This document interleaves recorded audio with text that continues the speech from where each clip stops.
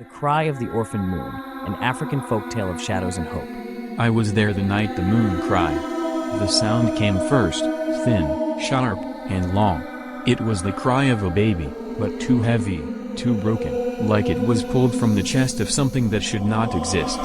The goats tore against their pen until the wood split. The chickens vanished. The dogs lay flat in the dirt and shook, their eyes white with fear. When I looked up, the moon was torn in half, part shadow, part trembling light. From that shadow, the wailing poured out again. My grandmother grabbed my hand and whispered, "Do not hide. Do not run. The orphaned moon is looking. If it sees fear, it will take it for food." But Fola, the proud one, laughed. He shouted that it was only a trick of the sky. He went into his hut and shut the door. Before dawn, his wife screamed. When we entered, we found him sitting upright, eyes wide, his mouth stretched open, but no sound came out. His skin was pale as ash. His wife swore his body was still warm, but his eyes were empty, like they had been scooped clean. That night, others saw more. Some of us saw thin, tall shadows slipping between the huts. They did not walk, they glided.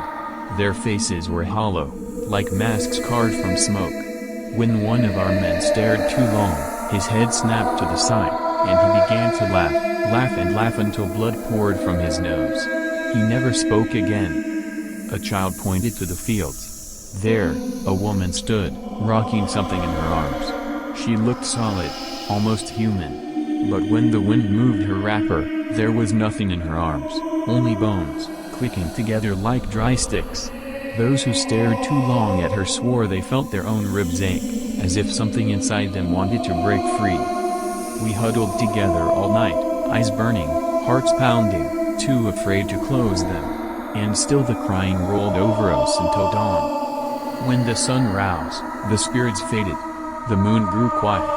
But the mark was left. That season, the rains failed. Crops withered. 3 women died in childbirth. And those who stared too long at the spirits never lived the same again. But not all was taken. The children, every last one, lived. And the old ones told us why, because we kept watch together. We faced the cry as one. The moon mourns alone, but it spares those who carry sorrow together. Even now, when I hear the wind at night, I sometimes hear it, the wailing of the orphan moon.